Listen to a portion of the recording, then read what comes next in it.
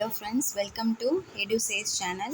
Last video la Age of Johnson la poets of the Age of Johnson பார்த்தோம். So in this video, what we are going to see, what we are going to go through is prose of the Age of Johnson. So இந்த வீடியோவில் நம்ம என்ன பார்க்க போகிறோன்னா prose of the age of Johnson.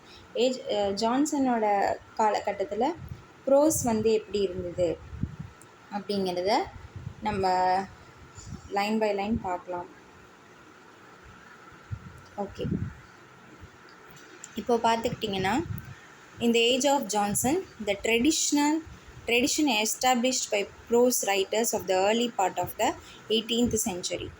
இவருடைய காலகட்டத்தில் பார்த்தீங்கன்னா doctor Samuel Johnson காலகட்டத்தில் prose writers earlier part of the 18th century 18th centuryயில் இருக்கக்கூடிய ஏர்லியர் பார்ட்டில் பார்த்திங்கன்னா எந்தெந்த ப்ரோஸ் ரைட்டர்ஸ் வராங்க அப்படின்னா அடிசன், ஸ்டீலி, ஸ்விஃப்ட். ஸோ இதை நோட் பண்ணி வச்சுக்கோங்க. இவங்கெல்லாம் ப்ரோஸ் ரைட்டர்ஸ் 18th centuryயோட ஏர்லியர் பார்ட்டில் வரக்கூடிய ப்ரோஸ் ரைட்டர்ஸ். ஏஜ் பார்த்துக்கிட்டிங்கன்னா doctor Samuel Johnson time period was carried further. The 18th century is called the age of aristocracy. So the age of aristocracy அப்படின்னு சொல்கிறாங்க. Aristocrat அப்படின்னாலே rich people அந்த மாதிரி சொல்லலாம். So இந்த ஏஜை வந்து பார்த்திங்கன்னா ஏஜ் ஆஃப் அரிஸ்டோக்ரஸி அப்படின்னு கூட சொல்லலாம். Age of transition, age of aristocracy எல்லாமே சொல்லலாம். This aristocracy was no less in the sphere of this aristocracy was no less in the sphere of the intellect than in that of politics and society. Intellect மட்டும் இல்லாமல் politics, society எல்லாத்துலேயுமே வந்து இது நிறைய influence பண்ணிச்சு அப்படின்னு சொல்கிறாங்க. The intellectual and literary class formed itself into a group. So இந்த படித்த இந்த இன்டலெக்டான குரூப், இந்த ப்ரோஸ் ரைட்டர்ஸ் அவங்க என்ன பண்ணாங்கன்னா ஒரு குரூப் மாதிரி ஃபார்ம் பண்ணிட்டாங்க. Which observed certain rules of behaviour. So அவங்க ரைட்டிங்கில் சர்டன் ரூல்ஸு, ஸ்பீச், ரைட்டிங் எல்லாத்துலேயுமே சில இதை வந்து ஃபாலோ பண்ணாங்க. இந்த field of prose the leaders of this group established a literary style. ஒரு லிட்ரரி ஸ்டைலை வந்து இந்த குரூப் வந்து ஃபாலோ பண்ணிச்சு. Which was founded on the principles of logical and lucid thought. அது லாஜிக்கலாகவும் இருந்தது, அது தாட் ப்ரூவனாகவும் இருந்தது. It was opposed to what was slipshod, inaccurate and trivial. It avoided all impetuous enthusiasm and maintained an attitude of aloofness and detachment that contributed much to its mood of cynical humor. So இதெல்லாம் என்னென்ன styles follow பண்ணாங்க, என்னென்ன அப்போஸ் பண்ணாங்க, என்னென்ன avoid பண்ணாங்க அப்படிங்கிறதெல்லாம் சொல்லியிருக்காங்க. The great poet prose writers, the pillars of the age of Johnson, who represented in themselves the highest achievements of English prose were Johnson, Brooke and Gibbon. இதில் இருக்கிறதுலே ஹையஸ்ட் அச்சீவர்ஸ் யார் அப்படின்னு பார்த்துக்கிட்டிங்கன்னா இவரோட ஏஜில்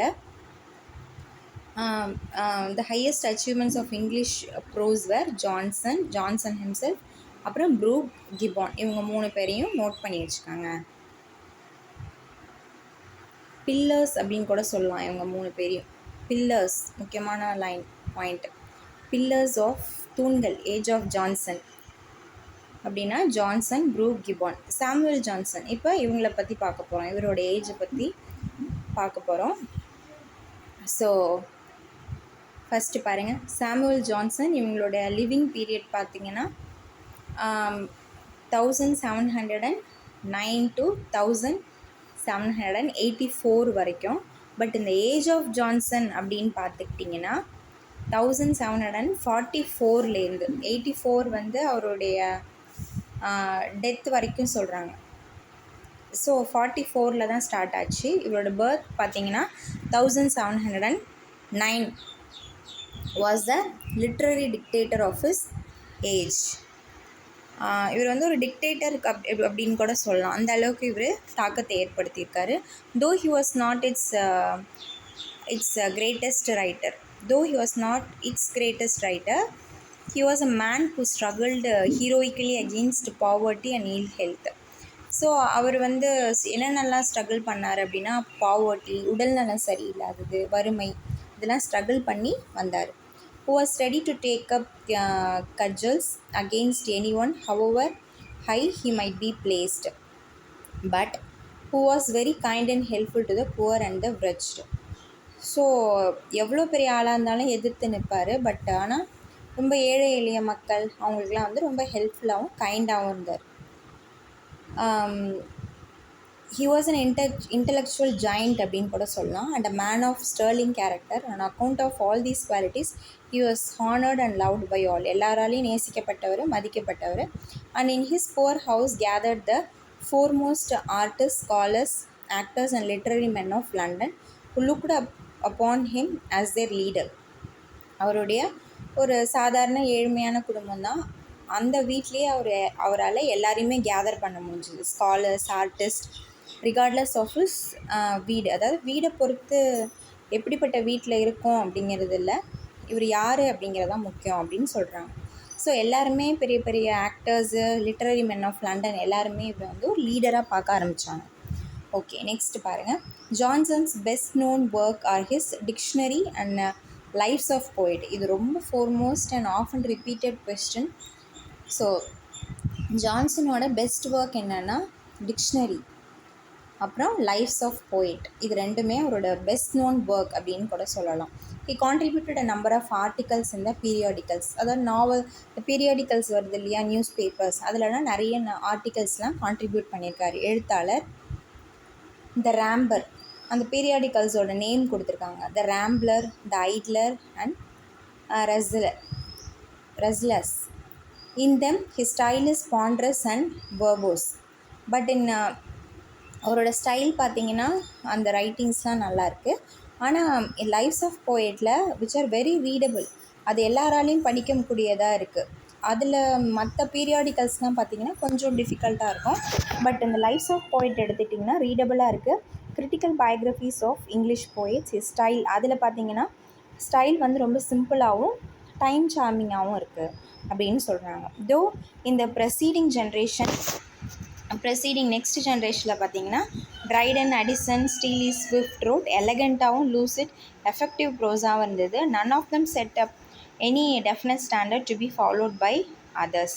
ஸோ இவங்க யாருமே இந்த அளவுக்கு இவர் அளவுக்கு ஸ்டாண்டர்டை மீட் பண்ணல. What was necessary in the generation when Johnson wrote was some commanding authority. So என்ன நெசசரியோ அதை எழுதியிருக்காரு. What was necessary in the generation when Johnson wrote was some commanding authority that might set standard of அது prose style அப்படிங்கிறதுக்கான ஒரு ஸ்டாண்டர்டை set பண்ணியிருக்காரு. Lay down definite rules, compel others to follow them. அதாவது டைடாக்டிக்காக இருக்குதுன்னு சொல்கிறாங்க இல்லையா, அதாவது ஒரு சர்டன் ரூல்ஸு அதெல்லாம் மற்றவங்கள ஃபாலோ பண்ண சொல்லி இதுதான் இதை ஃபாலோ பண்ணுங்க அப்படின்னு மாரலாக அவர் வந்து ரைட் பண்ணிட்டார். This is what was actually done by Johnson. He set a model of prose style. இப்போ என்ன பண்ணார் அப்படி ப்ரோஸ் அப்படின்னா ஒரு ப்ரோஸ் ஸ்டைலுக்கான மாடலை க்ரியேட் பண்ணார். விச் ஆட் ரிதம் இருக்கும், பேலன்ஸ் இருக்கும், லுசிடிட்டி இருக்கும், and which could be இமிட்டேட்டட் with profit.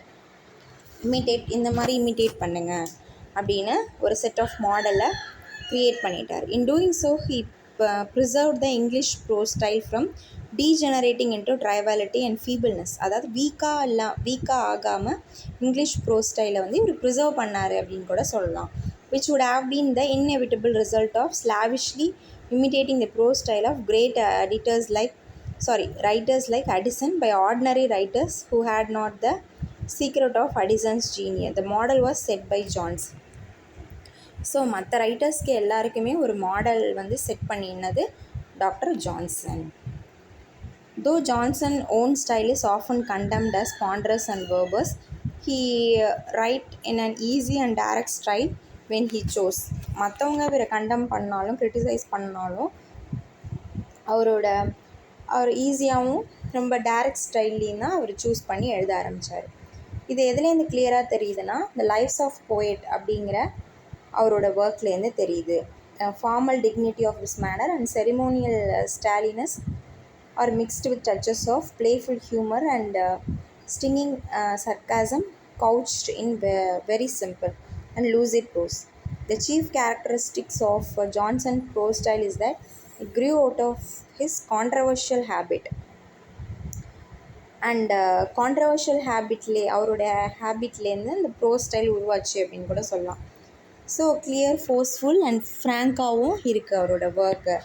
We may not sometime agree to the views he express in the lives, but we cannot but be impressed by his.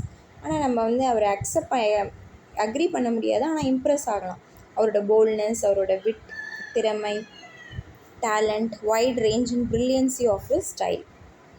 So this is what. Next பார்த்தீங்கன்னா Burke, அவரோட living time பார்த்தீங்கன்னா 1729 to 1797.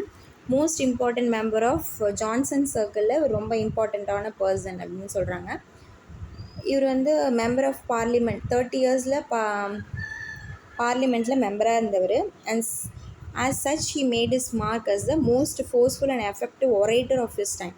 ரொம்ப நல்ல orator, எதையுமே எடுத்து நல்லா பேசுவார், கண் முன்னே அந்த சம்பவங்கள் நடக்கிற மாதிரி சொல்லக்கூடிய ஒரு திறமை வாய்ந்தவர் அவருடைய காலகட்டத்தில். A man of vast knowledge, ரொம்ப நாலேஜ் அதிகமுள்ளவர் Burke. He was a greatest பொலிட்டீஷியனும் கூட, philosopher that ever spoke in the English parliament. அதாவது ஃபிலாசபர், பொலிட்டீஷியன், ரொம்ப டேலண்டானவர். இவர் வந்து ஜான்சன் சர்க்கிளில் இருக்கிற ஒரு இம்பார்ட்டண்ட் பர்சன். இவரோட கான்ட்ரிபியூஷன் லிட்ரேச்சருக்குன்னு பார்த்தீங்கன்னா speeches and writing of his public career. அவர் பேசினது, ரைட்டிங்ஸ் எல்லாமே தான் மேடை பேச்சில். த ஏர்லியஸ்ட் ஆஃப் தம், இதில் எல்லாத்துல விட ஏர்லியஸ்ட் என்ன அப்படின்னு பார்த்தீங்கன்னா thoughts on the present discontent 1770 எழுதப்பட்ட ஒரு work. In this work Burke advocated the principle of limited monarchy. இவர் என்ன சொல்ல வராங்க அப்படின்னா limited monarchy which had been established in England.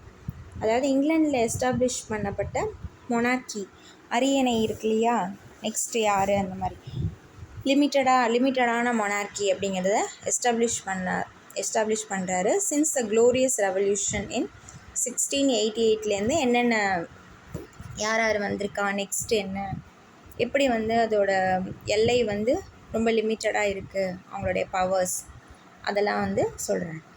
when James II was made to quit the throne. So என்ன சொல்ல வராங்கன்னா அந்த ரெவல்யூஷனில் 1688 ஜேம்ஸ் செகண்ட் வந்து அரியணையை விட்டு போகும்போது and William of Orange was invited by the parliament. So பார்லிமெண்ட்டால் யார் இன்வைட் பண்ணப்படுறாங்க அப்படின்னா William of Orange to become the king of England. அதாவது லிமிட்டட் பவரோட இங்கிலாந்துக்கு கிங்காக வாங்க அப்படின்னு சொல்லி பார்லிமெண்ட் வந்து அழைப்பு விடுக்குது. ஒரு லிமிட்டட் பவர் தான், கிங்குக்குள்ளே அந்த எம்பரருக்குள்ளே ஃபுல் பவர் கிடையாது. அந்த American colonies revolted against England. So American அதுலேருந்து குடியேறின இங்கிலாண்டுக்கு எதிராக அந்த அமெரிக்க காலனிஸ் வந்து எதிராக எழுந்தாங்க இல்லையா, ரிவோல்ட் பண்ணாங்க இல்லையா, புரட்சி. அந்த English government was trying to suppress the revolt. So அவங்களுக்கு எதிராக எப்படி இங்கிலீஷ் கவர்மெண்ட் வந்து சப்ரஸ் பண்ணுறாங்க, அந்த புரட்சியை அடக்குறாங்க. Burke vehemently advocated the cause of American independence. So அவர் வந்து ரொம்ப வெளிப்படையாகவே என்ன செய்கிறாரு, அட்வொகேட் எதனால் வந்து இந்த அமெரிக்கன் இண்டிபெண்டன்ஸ் வந்தது அப்படிங்கிறத வந்து சொல்கிறாங்க. In that connection he deliver 2 famous speeches. So அந்த மாதிரியான காலகட்டத்தில் 2 ஸ்பீச் வந்து இவரோடது ரெக்கார்ட் ஆகிருக்கு. என்னென்ன அப்படின்னா பார்லிமெண்ட்டில் on American taxation 1774 and on conciliation with America, in which are embodied true statesmanship and political wisdom. So இதை பற்றினதான, அதாவது ஒரு பொலிட்டீஷியனாக இருக்கிறதுனால இது வந்து ஹிஸ்ட்ரி அப்படின்னு கூட நம்ம வச்சுக்கலாம். The greatest speeches of Brooke were, however, delivered in connection with the French Revolution. French Revolution அப்போது அவருடைய ஸ்பீச் வந்து டெலிவர் ஆகிருக்கு. which were published as இது வந்து என்னவா பப்ளிஷ் ஆகிருக்கு அப்படின்னா 1790 the reflections on the French Revolution. Here Brooke shows himself as prejudiced against the ideals of the revolution. இங்கே ப்ரூக் என்ன சொல்ல வராங்க அப்படின்னா, என்ன சொல்கிறாரு அப்படின்னா ப்ரீஜுடைஸ், அதாவது முன்னாடியே வந்து தாட்ஸ் ஒருத்தவங்களை பற்றி ஃபஸ்ட்டே கெஸ் பண்ணி வைக்கிறது, அந்த மாதிரி இருக்கக்கூடாது. Against the ideals of the revolution. இதெல்லாம் கிடையாது அப்படிங்கிற மாதிரி மறுப்பு தெரிவித்து சொல்கிறாங்க. And at time he becomes immoderate and indulges in exaggerations. But from the point of view of style and literary merit, the reflections stand higher. ஆனால் இவர் பேசின அந்த சொற்பொழிவுலேருந்து பார்க்கும்போது ஸ்டைல், லிட்ரரி மெரிட் எல்லாமே ரொம்ப ஹையர் லெவலில் இருக்குது. Because they brought out the poetry of Brooks nature. So ஒரு பொலிட்டீஷியனாக இல்லாமல் அவருக்குள்ளே இருக்கிற போயிட்ரியை வந்து வெளியில் கொண்டு வந்திருக்கு அப்படின்னு கூட சொல்லலாம். His last speeches delivered in connection with the impeachment of Warren Hastings for the aristocratics he committed in India show Burke as the champion of justice. இது வந்து என்ன காமிக்குது அப்படின்னா, ப்ரூக் வந்து ஒரு நீதியான நேர்மையான ஆள், அவர் ஒரு சாம்பியன், நியாயத்துக்காக யாரை வேணாலும் எதிர்க்கக்கூடியவர் அப்படிங்கிறது தெரியுது. And determined foe of corruption, அதாவது கரப்ஷனுக்கு எதிரான ஒரு ஃபோனா enemy, high handedness and cruelty. Okay, so for the aristocrats he committed and Warren Hasting அவருக்கு எதிராகவும் என்ன செஞ்சுருக்காரு, ப்ரூக் வந்து குரல் கொடுத்துருக்காரு. இந்த இந்தியாவுக்கு எதிராக செய்யப்பட்ட ஒரு துரோகத்துக்கும். ஸோ இதுலேருந்து அவருடைய நல்ல பண்புகள் தெரியுது. The political speeches and writings of Brooke belong to the sphere of literature of a high order because of their universality. So இவருடைய பொலிட்டிக்கல் ஸ்பீச்சஸ், அவருடைய ரைட்டிங்ஸ் அதெல்லாம் வந்து லிட்ரேச்சர் சர்க்கிளில் ரொம்ப ஹை ஆர்டரில் யூனிவர்சாலிட்டி எல்லாராலையும் கொண்டாடப்படுது. ஏன்னா even he belongs to a country, he not only gives his voice to that country but to all the people. So அதனால் யூனிவர்சலாக அவர் கொண்டாடப்படுறாரு. though he dealt in them with events which happened during his day, he gave expression to ideas and impulses which were true not for one age but for all times. அந்த காலகட்டத்தில் நடக்கக்கூடியதுக்கு வந்து express அவர் ideas இதெல்லாம் கொடுத்தாலும் கூட இது காலத்தை தாண்டி எல்லா டைம்ஸ்க்கும் பொருந்தோனதாக இருக்குது அவருடைய பேச்சு. செகண்ட் பிளேஸில் பார்த்தீங்கன்னா, ஒரு ஹானரபிள் பிளேஸில் இங்கிலீஷ் லிட்ரேச்சரில் அவருடைய ஸ்டைல் வந்து இருக்குது Burke. The prose of Burke is full of fire and enthusiasm. So எல்லாருடைய ப்ரோஸ் போல் இல்லாமல் ஒரு போயட்ரி அளவுக்கு இவருடைய ஒர்க்ஸ், இவருடைய ஸ்பீச்சஸ் வந்து ஃபயராகவும் என்தூசியாஸ்டிக்காகவும் இருக்குது படிக்கக்கூடியவங்களுக்கு. இட்ஸ் சுப்ரீம்லி லாஜிக்கல், எலக்வெண்ட்டாக இருக்குது, ரீஸ்ட்ரெயின்டு, ஃபியர்லெஸ், பயம் இல்லாமல் ஆர்டர்லியாகவும் இருக்குது, stirred by every popular moment and yet dealing the fundamental principles of politics and philosophy. So அவர் வந்து ஃபண்டமெண்டலாக அடிப்படையான அந்த பிரின்சிபல்ஸ், அந்த பாலிட்டிக்ஸ், ஃபிலாசபி எல்லாத்தையுமே அவர் ஃபாலோ பண்ணுறாரு. ப்ரூக் ஸ்டைல் இன் ஷார்ட்டாக பார்த்தீங்கன்னா ஃபிலாசபிக்கலாக இருக்குது, டிக்னிஃபைடாக இருக்குது, ரெஸ்ட்ரெயின்டாக இருக்குது, ஒரு குறிப்பிட்ட அளவுக்கு obedient to law and order. அதை தாண்டி அவர் எதுவுமே பேசலை. ஃப்ரீ ஃப்ரம் எக்ஸாஜரேஷன், எதையும் மிகைப்படுத்தி அவர் சொல்லலை. And pedantry as well as from vulgarity and superficiality, ரொம்ப கராராக இருந்தாலும் ஸோ இது வந்து சூப்பர்ஃபிஷியாலிட்டியாகவும் இருக்குது அப்படின்னு சொல்கிறாங்க. நெக்ஸ்ட்டு பார்த்தீங்கன்னா எட்வர்ட் கிபன். இவங்களுடைய லிவிங் பீரியட் பார்த்திங்கன்னா 1737 to 1794. ஸோ இதோட முடியுது age of Johnson prose part. First historian அப்படின்னு கூட சொல்லலாம், who wrote in a literary manner. இவர் வந்து நோட் பண்ணி வச்சுக்கோங்க. எட்வர்ட் கிபனை பற்றி கேட்டிங்கன்னா ஃபர்ஸ்ட் ஹிஸ்டோரியன் ஆஃப் இங்கிலாந்து, எல்லாத்தையுமே ரெக்கார்ட் பண்ணவர் லிட்ரரி மேனரில். ஹிஸ் கிரேட்டஸ்ட் ஹிஸ்டாரிக்கல் ஒர்க் அப்படின்னு பார்த்தீங்கன்னா decline and the fall of Roman empire. எப்படி வந்து ரோமன் எம்பையர் குறைய ஆரம்பிச்சது, எப்படி வீழ்ச்சி அடைந்தது, which is an authoritative and well documented history. டாக்குமெண்டடாகவும் நல்ல கரெக்டாக வந்து அது ஹிஸ்டாரிக்கலாக ஈவெண்ட்டாக இருந்தாலும் அதை நல்லா டாக்குமெண்ட் பண்ணி அத்தாரிட்டேட்டிவாக எதுவும் தப்பு இல்லாமல் கரெக்டாக சொல்லியிருக்காங்க. Can pass successfully the test of modern research and scholarship. So இப்போ கூட அது யார் டெஸ்ட் பண்ணாலும் அது என்னவாகுது, அதோட தன்மையை வந்து பொய் இல்லாமல் கரெக்டானதாக கிபன் வந்து நமக்கு கொடுத்துருக்காங்க. But its importance in literature is on account of its prose style. So as far as literature is concerned, அவரோட ப்ரோஸ் ஸ்டைல் அப்படின்னு பார்த்தீங்கன்னா which is a very climax of classicism. So அது ஃபுல்லாகவே கிளாசிசிசம் தான் வருது, ரொமான்டிசிசம் வரல. It is finished கரெக்டாக இருக்குது, ஃபினிஷ் ஆகிருக்கு, எலகண்ட்டாக இருக்குது, எலாபரேட்டாகவும் இருக்குது, எக்ஸாஸ்டிவாகவும் இருக்குது. படிக்க படிக்க ரொம்ப எக்ஸாஸ்ட் ஆகுது. தோ his style is sometimes mad by affectations and undue elaboration, yet an account of his massive intellect. ரொம்ப அதிகமாக வசவசன்னு இருந்தாலும் அவரோட இன்டெலெக்ட் வந்து அதில் தெரியுது. Unfailing sense of literary proportion, he towers above all competitors as a model historian. So எல்லா modern ஹிஸ்டோரியனை விட, காம்படிட்டர்ஸை விட இவரோட இன்டெலெக்டும் கரெக்டாக இருக்குது.